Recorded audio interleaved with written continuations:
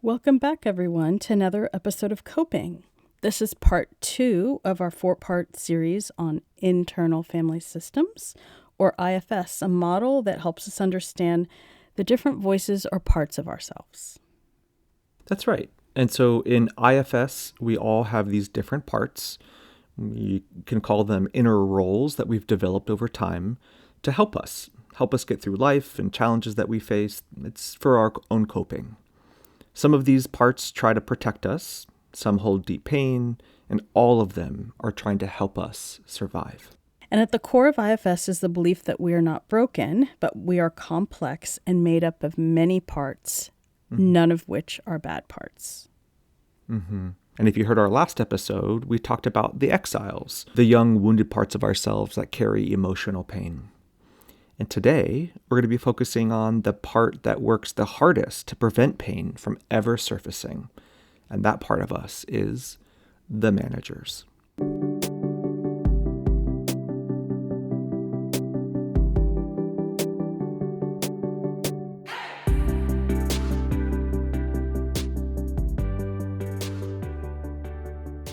So managers are the planners, perfectionists, controllers, and critics in our system.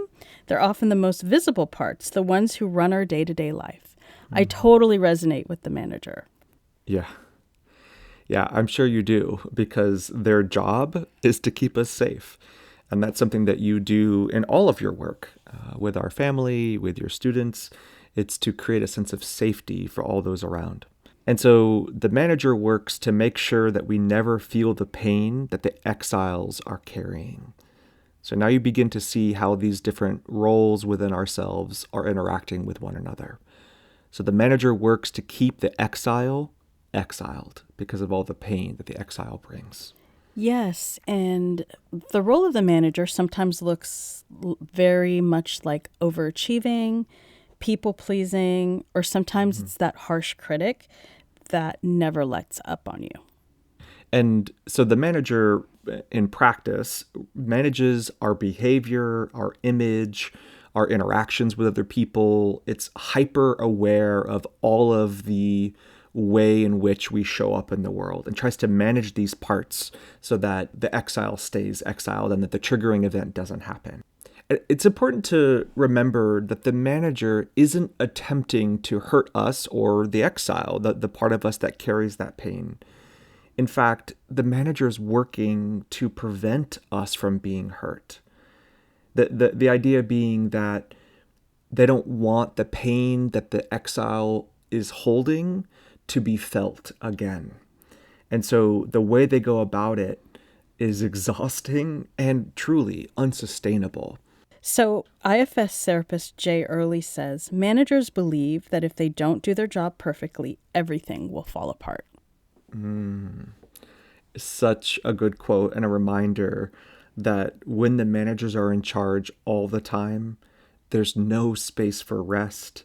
There's no room for mistakes, no grace for being human, no self-compassion like we talked about in previous episodes on coping. What is your experience with this, Kathy? I would say I've spent most of my life being a manager in many different forms, working as a manager, but then also personally attempting to work or overachieve, people please, to not have myself feel to cover up any of the pain or the lies and dealing with the exile voices that are crying out to me.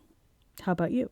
The role of being a manager is something new in my professional life, but the role of manager in my internal life has been developed for a long, long time.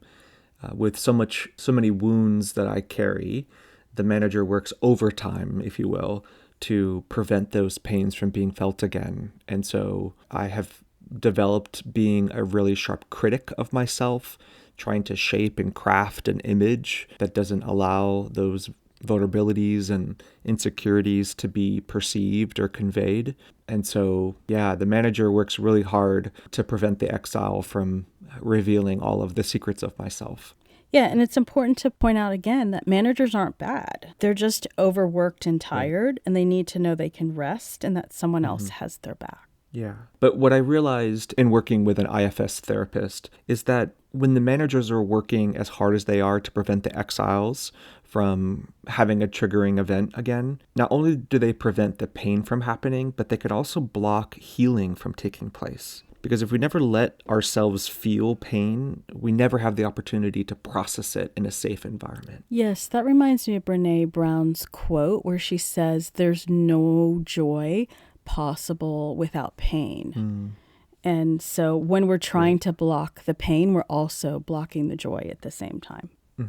Exactly. And so really the hard work of IFS therapy is to begin to help the manager trust the therapist, the environment, and to allow the exiles' pain to be released. And really to help the exiles and managers to trust one another, that they don't need to keep the exile locked away forever, that it's okay to have vulnerabilities.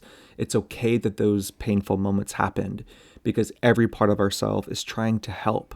And so they don't need to work against each other. They can actually work together to bring harmony. Yes. And so the question you can ask yourself today is there a part of you that feels like it's always on, always responsible, always worried something will go wrong if it doesn't keep working?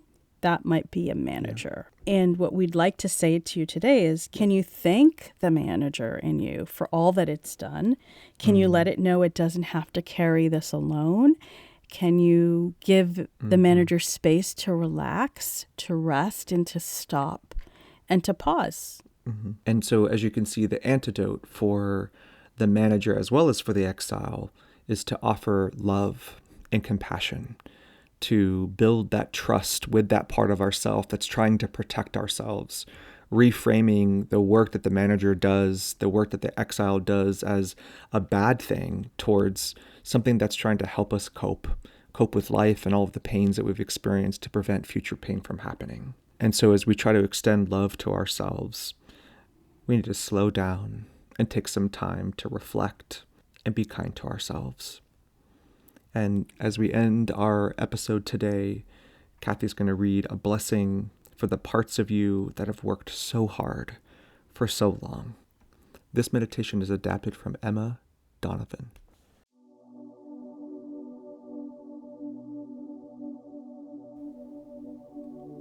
So this meditation is here to help you send love and care to a part of you that works really hard. Begin by closing your eyes and taking a few slow, deep breaths. Now bring to mind a part of you that's often active. Maybe it's the part that wants to get everything right, or the part that often takes care of others, or the part that keeps pushing forward. Picture this part, however it shows up is okay. It might look like you or something else entirely.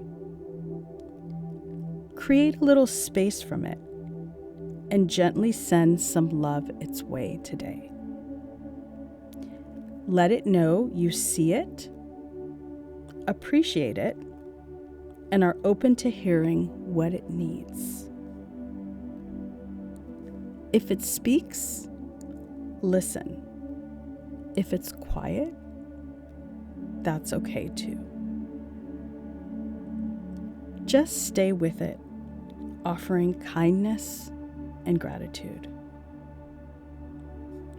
Ask what it needs from you now or going forward to feel seen, supported, and acknowledged.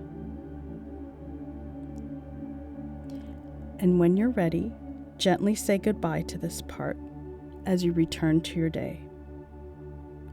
Carry with you this presence and open-hearted care for all the parts of you.